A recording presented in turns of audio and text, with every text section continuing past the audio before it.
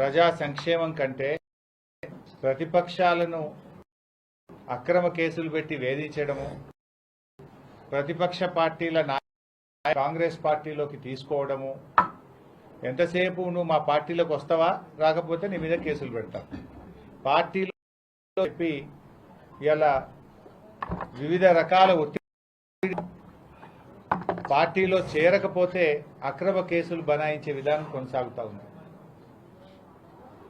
ఇవాళ కాంగ్రెస్ పార్టీ విధానం మీరు ఎంతసేపు ప్రజలకు ఇచ్చిన హామీలు అమలు చేయడం మీదనో, ప్రజా సంక్షేమాన్ని గాలికి వదిలేసిండ్రు, రాష్ట్రంలో పంటలు ఎండిపోతూ ఉన్నాయి, రాష్ట్రంలో ప్రజలకు తాగడానికి నీళ్లు రాని పరిస్థితి ఉన్నది.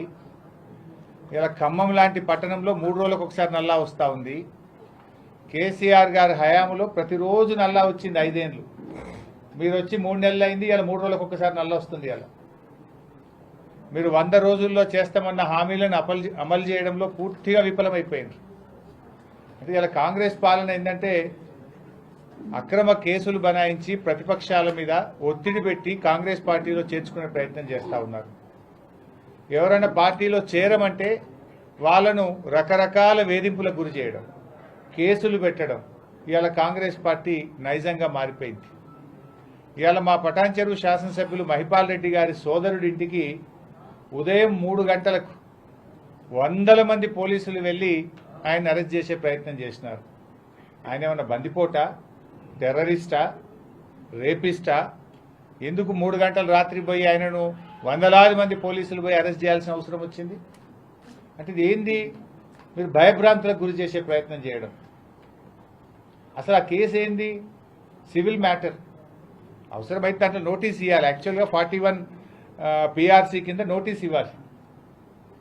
నోటీస్ ఇవ్వకుండా, ఎఫ్ఐఆర్ కాపీ ఇవ్వకుండా మబ్బుల 3 గంటలకు 100 మంది ఎస్ఐలు, సిఐలు, కానిస్టేబుల్ వెళ్ళి ఇవాళ ఆయన అక్రమంగా అర్ధరాత్రి పూట అరెస్ట్ చేయాల్సిన అవసరం ఏమొచ్చింది అని మేము అడుగుతా ఉన్నాం. ఇలా అరెస్ట్ చేసేటప్పుడు కొన్ని విధానాలు ఉంటాయి కదా. నోటీస్ ఇవ్వాలన్నా వద్దా? ఎఫ్ఐఆర్ కాపీ ఇవ్వాలన్నా వద్దా? మబ్బుల 3 గంటలకు మీరు అరెస్ట్ చేస్తారు, 10 దాకా ఎఫ్ఐఆర్ కాపీ ఇయ్యరు అడిగితే. ఇది ఎక్కడి విధానమో అని మేము అడుగుతా ఉన్నాం. నేను పోలీస్ అధికారులను కూడా కోరుతా ఉన్నా, ఏ ప్రభుత్వం కూడా శాశ్వతం కాదు, దయచేసి పద్ధతులు మర్చిపోకండి, మితిమీరి ప్రవర్తించొద్దు అని చెప్పి కూడా నేను పోలీస్ అధికారులను కోరుతా ఉన్నా. మేము 10 ఏళ్లలో ఏ రోజు కూడా ఈ రకమైన ప్రయత్నాలు చేయలేదు. 10 ఏళ్ళు అధికారంలో ఉంటే ఈ రకంగా మేము ఎప్పుడూ అధికార దుర్వినియోగానికి పాల్పడిన పరిస్థితి లేదు. ఇవాళ నాన్ అప్లికేబుల్ సెక్షన్స్, అసలు ఆ సెక్షన్ దీనికి అప్లికేబులే కాదు, కానీ అక్రమమైనటువంటి సెక్షన్స్ పెట్టి ఏదో రకంగా అరెస్ట్ చేసే ప్రయత్నం చేస్తూ ఉన్నారు. బెయిలబుల్ సెక్షన్స్, యాక్చువల్గా మీరు ఏ ఆరోపణ అయితే ఈరోజు చేస్తూ ఉన్నారో అవన్నీ కూడా బెయిలబుల్ అఫెన్సెస్. సుప్రీంకోర్టు జడ్జిమెంట్ ఇచ్చింది స్టేషన్ బెయిలే ఇవ్వాలి అని. కానీ స్టేషన్ బెయిల్ ఇచ్చే అవకాశం ఉన్నా కూడా, బెయిలబుల్ అఫెన్సెస్ ఉన్నా కూడా, సివిల్ మ్యాటర్ అయినా కూడా ఏదో ఒక రకంగా అరెస్ట్ చేయాలి, జైలుకు పంపాలి, మా క్యారెక్టర్ను డ్యామేజ్ చేయాలి, మమ్మల్ని మానసికంగా ఇబ్బంది పెట్టాలి, ఆ రకంగా వీళ్ళని లొంగ తీసుకొని కాంగ్రెస్ పార్టీలో చేర్చుకోవాలి అనేటువంటి కుట్రకు ఈరోజు కాంగ్రెస్ పార్టీ పాల్పడతా ఉంది. ఇవాళ మేము చేరము కాంగ్రెస్ పార్టీలో, మేము ప్రజాక్షేత్రంలో ప్రజల ద్వారా బీఆర్ఎస్ పార్టీ తరఫున గెలిచినాము అంటే ఇవో ఈ రకమైనటువంటి వేధింపులు, ఈ రకంగా కేసులు పెట్టి ఇంకా నిన్ను సతాయిస్తాం, ఇంకా చాలా కేసులు పెడతాం, బిడ్డ నువ్వు వస్తావా రావా అన్నటువంటి రీతిలో ఇవాళ కాంగ్రెస్ పార్టీ వ్యవహారం ఉంది. ఇది మంచి పద్ధతి కాదు. ఇటువంటి విధానాన్ని మానుకోవాలి. మీరు ప్రజలకు సేవ చేయడానికి అవకాశం ఇచ్చింది, కానీ ఇవాళ మీరు ప్రతిపక్షాలను లేకుండా చేస్తాం, ప్రజాస్వామ్యాన్ని కూనీ చేస్తాం, ప్రతిపక్షాలను వేధింపులకు గురి చేస్తాం, మీరు మేము చెప్పినట్టు మా పార్టీలోకి రావాల్సిందే అనేటువంటి విధానాన్ని మానుకోవాలి. ఇప్పుడు మొన్న మైన్స్ ఇన్స్పెక్షన్ చేసినప్పుడు ఆర్డీఓ గారి వీడియో ఉంది. ఆయన మైన్ మీద ప్రెస్ మీట్లో మాట్లాడిండు. ఏం మాట్లాడిండు? మంత్రి గారి ఆదేశం మేరకు వచ్చి నేను మైన్స్ ఇన్స్పెక్ట్ చేస్తున్నా అని స్వయంగా ఆర్డీఓ గారే చెప్పిండు. అంటే మీరు టార్గెటెడ్గా చేస్తున్నారు. ఇవాళ పటాన్చెరు ప్రాంతంలో మాకున్న సమాచారం మేరకు 20-30 మైన్స్ లీజ్ అయిపోయింది. అలా కాంగ్రెస్ పార్టీ నాయకులై, మాజీ మంత్రులై కూడా ఉన్నాయి. వాటికి లీజే లేదు, అయినా అవి నడుస్తూ ఉంటాయి. 20-30 మైన్లు లీజ్ అయిపోయినా అవి నడిస్తే వాటి మీద యాక్షన్ ఉండదు, వాటి మీద చర్యలు ఉండవు. కానీ ఏ తప్పు లేకున్నా నువ్వు బీఆర్ఎస్ పార్టీ కదా నీ మీద కేసు పెడతావు.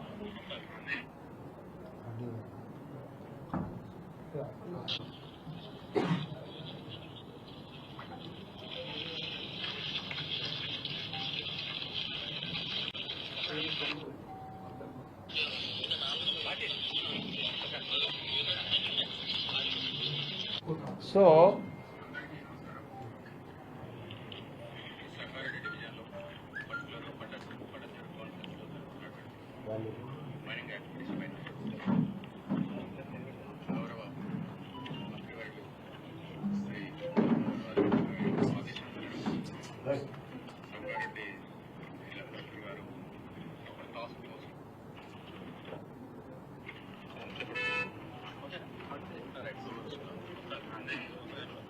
అందరికీ నమస్కారం. సంగారెడ్డి డివిజన్లో పర్టికులర్గా పడమేరు కాన్స్టిట్యూన్సీలో జరుగుతున్నటువంటి మైనింగ్ యాక్టివిటీస్ పైన గౌరవ మంత్రివర్యులు శ్రీ రామరాజు గారి యొక్క ఆదేశానుసారం సంగారెడ్డి జిల్లా కలెక్టర్ గారు ఒక టాస్క్ ఫోర్స్ను ఏర్పాటు చేయడం జరిగింది. ఇంత టార్గెటెడ్గా మంత్రి గారి ఆదేశం మేరకు మేము చేస్తున్నాము. అంటే ఇది ఏంది ఉద్దేశం మీది? ప్రతిపక్షాలను లొంగ తీసుకోవడం, ప్రతిపక్షాల మీద బురద జల్లడం, ప్రతిపక్షాలను పార్టీలో చేర్చుకోవడం కోసం ఒక పథకం ప్రకారంగా వాళ్ళు ఈ ప్రయత్నం చేస్తూ ఉన్నారు. మరి ఇలా అనేక క్వారీలు లీజ్ అయిపోయినాయి. వాటిని ఎక్కడ టార్గెట్ చేస్తారు? అవన్నీ కూడా నడుస్తూ ఉన్నాయి. కాంగ్రెస్ పార్టీ నాయకులే నడుస్తూ ఉంటాయి. దాని మీద ఏం చేయరు. ఇక్కడ ఏ తప్పు లేకపోయినా, అన్ని అనుమతులు ఉన్నా, ఏదో ఒక నెపం పెట్టి ఏదో ఒక తప్పును చిన్నది కూడా వెతికి వరుసగా కేసు మీద కేసు. ఇప్పటికి మూడో కేసు ఇది. 3 ఎఫ్ఐఆర్లు నమోదు చేసింది ఇప్పటికి. అంటే ఒక కేసు తర్వాత ఒకటి పెడుతూ వేధించేటువంటి ప్రయత్నానికి ఇవాళ కాంగ్రెస్ పార్టీ ప్రయత్నం చేస్తాం. ప్రజా సమస్యలు గాలికి వదిలేసింది. ప్రజా సమస్యలు పట్టించుకోవడం లేదు. ప్రజలకు ఇలా పంటలు ఎండిపోతా ఉన్నాయి రాష్ట్రంలో. దాని గురించి మీకు పట్టించుకునే టైం లేదు. ఇలా తాగునీరు రావడం లేదు. ఆసుపత్రుల్లో సేవలు ఇబ్బందికరమైపోయింది. ఇలా ప్రజలు అనేక సమస్యలు ఎదుర్కొంటా ఉన్నారు. మీరు ఇచ్చిన హామీలు 100 రోజులైంది. ఇవాళకి హామీలు ఎక్కడ అమలు కాలేదు. మరి ఇంకొక వైపు ఏమో మీరు ఎంతసేపు ప్రతిపక్షాలను వేధించడము, ప్రతిపక్షాలను ఇబ్బంది పెట్టడము, అక్రమ కేసులు పెట్టడము, లీకుల మీద లీకులు ఇచ్చుడు, అన్ని కథనాలు రాయించడము, బురద జల్లే ప్రయత్నం చేస్తూ ఉన్నారు. అసత్యాలు ప్రచారం చేస్తున్నారు, గోబల్స్ ప్రచారం చేస్తున్నారు, దుష్ప్రచారం చేస్తూ ఉన్నారు.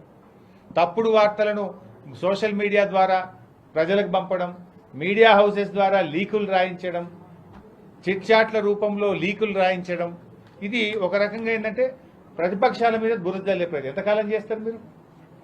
ఎంతకాలం చేస్తారు? అల్టిమేట్గా న్యాయం గెలుస్తుంది, ధర్మం గెలుస్తుంది. మాకు కూడా న్యాయ వ్యవస్థ మీద సంపూర్ణమైన విశ్వాసం ఉంది. తప్పకుండా న్యాయస్థానానికి వెళ్తాం. మేము చట్ట ప్రకారంగా మేము న్యాయస్థానం ద్వారా తప్పకుండా తగిన రిలీఫ్ తెచ్చుకుంటాం. నువ్వు 4 రోజులు ఇబ్బంది పెట్టవేమో, అక్రమ కేసులు పెట్టి 4 రోజులు మమ్మల్ని వేధిస్తావేమో, బట్ అంతిమంగా గెలిచేది న్యాయం గెలుస్తుంది, ధర్మమే నిలుస్తుంది. మాకు ఎందుకంటే మేము తప్పు చేయలేదు కనుక, న్యాయం మీద, న్యాయ వ్యవస్థ మీద మాకు విశ్వాసం ఉంది కనుక తప్పకుండా న్యాయ పోరాటం చేస్తాం. మేము న్యాయస్థానం ద్వారా తగిన రిలీఫ్ను కూడా పొందుతాం. కానీ మీరు చేసేటువంటి కుట్రలను కూడా రేపు ప్రజాక్షేత్రంలో కూడా తీసుకుపోతాం. ఏ రకంగా ఇలా అక్రమంగా మైనింగ్ జిల్లాలో నడుస్తుందో, ఏ రకంగా కాంగ్రెస్ పార్టీ నాయకుల క్వారీలు నడుస్తూ ఉన్నాయో, వాటికి అనుమతులు లేకుండా మిగతా క్వారీలు నడిస్తే దాన్ని ముట్టుకోకుండా బీఆర్ఎస్ పార్టీ నాయకులు న్యాయబద్ధంగా ఏదైనా పనిచేస్తే కూడా ఏ రకంగా మీరు అక్రమ కేసులు పెట్టి మమ్మల్ని వేధిస్తున్నారో తప్పకుండా రేపు ప్రజల్లోకి తీసుకెళ్తాం, ప్రజాక్షేత్రంలో వివరిస్తాం. ప్రజాక్షేత్రంలోనే కాంగ్రెస్ పార్టీకి శిక్ష పడే విధంగా చేస్తాం.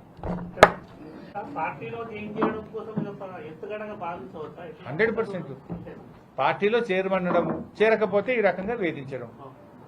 ఇలా మాకు బీఆర్ఎస్ పార్టీ నాయకులను కానీ, మా శాసనసభ్యులను కానీ, మా పార్టీ నాయకులను రకరకాలుగా వేధిస్తూ ఉన్నారు. మెడ మీద కత్తి పెట్టి నువ్వు చేరవా అని కాంగ్రెస్ పార్టీ నాయకులు ఫోన్లు చేయడము, వాళ్ళు మాట్లాడడము, చేరకపోతే వేధింపులకు గురి చేయడం. ఇది ఎక్కడ ప్రజాస్వామ్యం అండి? ప్రజాస్వామ్యంలో ప్రతిపక్షాలు ఎంత బలంగా ఉంటే ప్రజాస్వామ్యం అంత బలంగా ఉంటుంది. మీరు ఇవాళ మెడ మీద కత్తి పెట్టి కేసులు పెట్టమని, కుటుంబ సభ్యులను వేధిస్తామని, మీ కుటుంబ సభ్యుల మీద అరెస్ట్ చేస్తామని, మానసికంగా దెబ్బతీసే ప్రయత్నం చేసి ఇవాళ ప్రలోభాలకు గురి చేసి ఇవాళ మీరు ప్రలోభ పెట్టి పార్టీలో చేర్చుకునే ప్రయత్నం చేస్తున్నారు. ఇది ఏ రకమైన పద్ధతి? ప్రజల మనసు గెలవండి, మాకంటే మెరుగైన పాలన అందించండి, మాకంటే మంచిగా పనిచేసి ప్రజాక్షేత్రంలో మీరు గెలవాలి కానీ ప్రతిపక్షాలు లేకుండా చేస్తామంటే అది ఎప్పుడు కూడా ప్రజలు సహించరు. ప్రజలే మీకు తగిన